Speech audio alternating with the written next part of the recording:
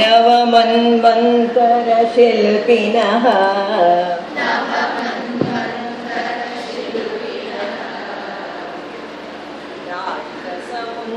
राक्षसमुन्नतिकाङ्क्षिणः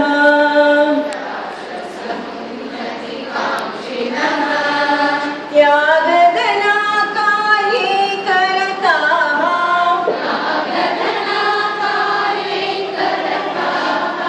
कृतिनिपुणा वयमविषण्णाः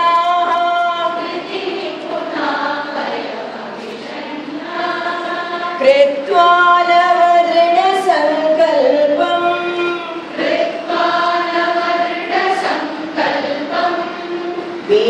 वेदभावनां निरासयन्तः दीनदरिद्रान् समुद्धरन्तः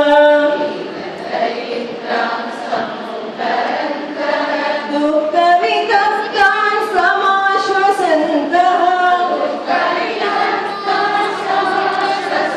स्मरन्तः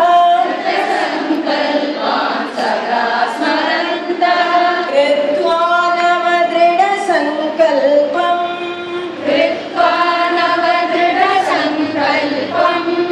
प्रगतिपथां नहि परम्परां संरक्षेम शीलाः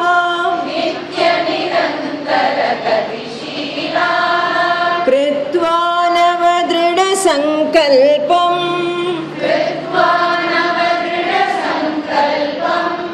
वितरन्तो नवसन्देशम्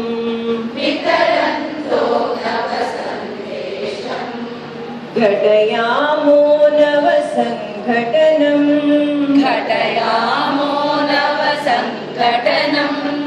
रचयामो नवमितिहासम्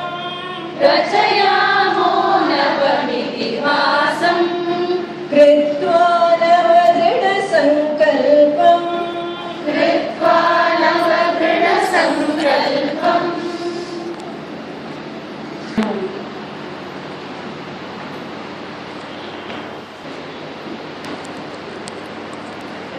सर्वेषां शुभसायङ्कालः।